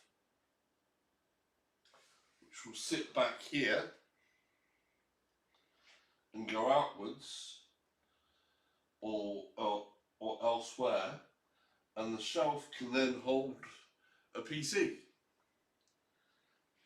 onto the rig, or I could mount it at the back there, so that you're just holding the PC off the back. But of course, if you are going to have the PC held off the back, you'd have to make sure that the rail on here means that the chair wouldn't go all the way back and things like that. So you would have to be wary of things like that.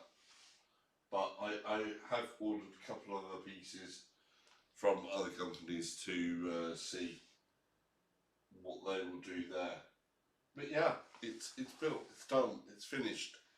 I'll have to do a proper review at some other point, but yeah, it's going to be interesting. Right. Thank you for everybody who's joined me on this journey of discovery with the GT Omega Prime Cockpit build. I hope you've enjoyed the many hours of toil and boil and fun of putting things together and me playing with the nuts.